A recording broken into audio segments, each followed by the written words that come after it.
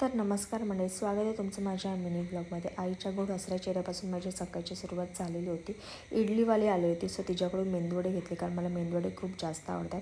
आणि ते पुरणपोळीचं सारण मी बारीक करते. त्यानंतर मला, सिद्धीला आणि आईला, आमच्या तिघींना जायचं होतं भांडुपला, कारण माझं ओशाचं एक सूप राहिलेलं होतं, ते मला मामीला द्यायचं होतं भांडुपला जाऊन. काही कारणांमुळे तिला माझ्याकडे नाही येता आलं आणि मलाही तिच्याकडे नाही जाता आलं. सो मी आत्ता तिच्याकडे जाते सूप द्यायला. आणि आज खूप जास्त पाऊस होता. तुमच्याकडे पाऊस पडतो की नाही माहीत नाही, पण आमच्याकडे खूप जास्त पाऊस पडते.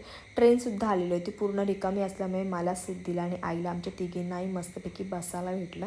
त्यानंतर गप्पा मारत मारत आम्ही भांडूप स्टेशनला उतरलो. त्यानंतर बसलासुद्धा लाईन होती, सो आम्ही थोडीशी शॉपिंग केली. आणि परत उतरल्यावर आम्हाला थोडंफार सामान घ्यायचं होतं, सो उतरल्यावरसुद्धा आम्ही सामान घेतलं थोडंफार. सुपामध्ये भरायला फ्रूट्स घेतले. त्यानंतर थोडंसं इकडच्या तिकडच्या वस्तू घेतल्या आणि मामीच्या घरी गेलो. मामीच्या घरी गेल्यावर तिने आम्हाला खूप छान नाश्ता दिला पहिला. त्यानंतर थोड्याशा गप्पा मारत आम्ही टाईमपास करत सूप भरलं.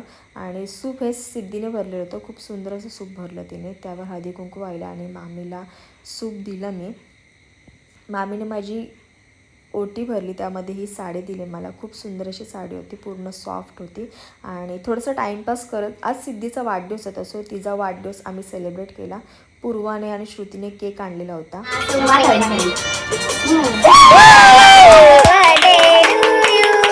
Happy birthday to you, happy birthday dear Siddhi, happy birthday to you.